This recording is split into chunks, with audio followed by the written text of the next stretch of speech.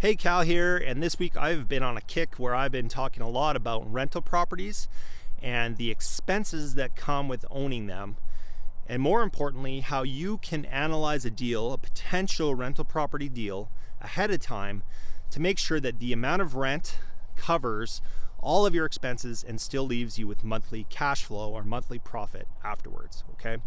So in this video, I want to talk about something that most new landlords completely forget to factor in, and that's called capital expenditures, or CAPEX for short.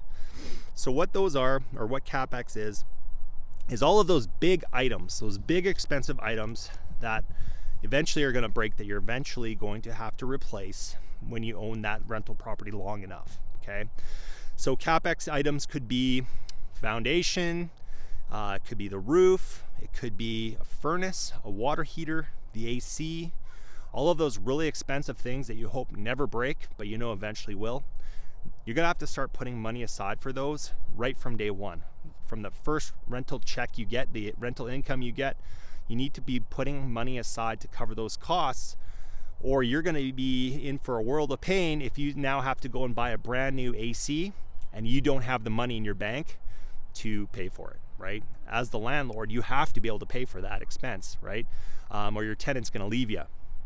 So what I recommend, there's a couple ways to approach this. The easy way is to put away at least 5 to 10% of the monthly rent. You're gonna wanna put that amount aside in a bank account, okay? And you're gonna save that for those big expenses, all right? So when you're running your numbers before pulling the trigger on buying a rental, you wanna factor that in. So you wanna take your total rent, and then you want to subtract taxes, insurance. I usually put 5% just for the little repairs and maintenance, okay, 5% of the rent. And then you want to take another 5 or 10% of the rent, and you're going to put that aside for the big repairs, okay?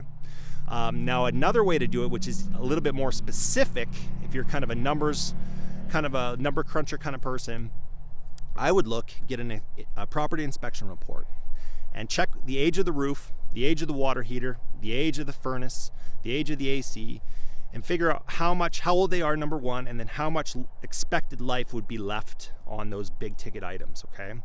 So let's just say that you should repair a roof, let's say once every 10 years, okay?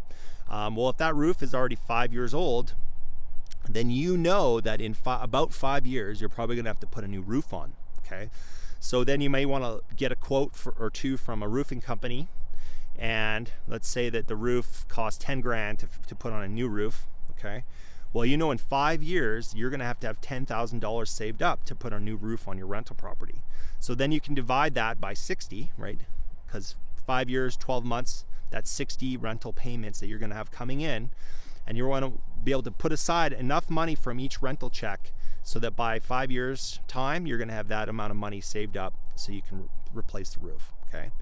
Now, ideally, you wanna be able to do all this and still have money for profit at the end of the day, okay? And that's where I think a lot of landlords miss out on, is they don't run these numbers, they don't buy deals at a low enough price in the right markets so that you factor in all these costs and you still make monthly profit.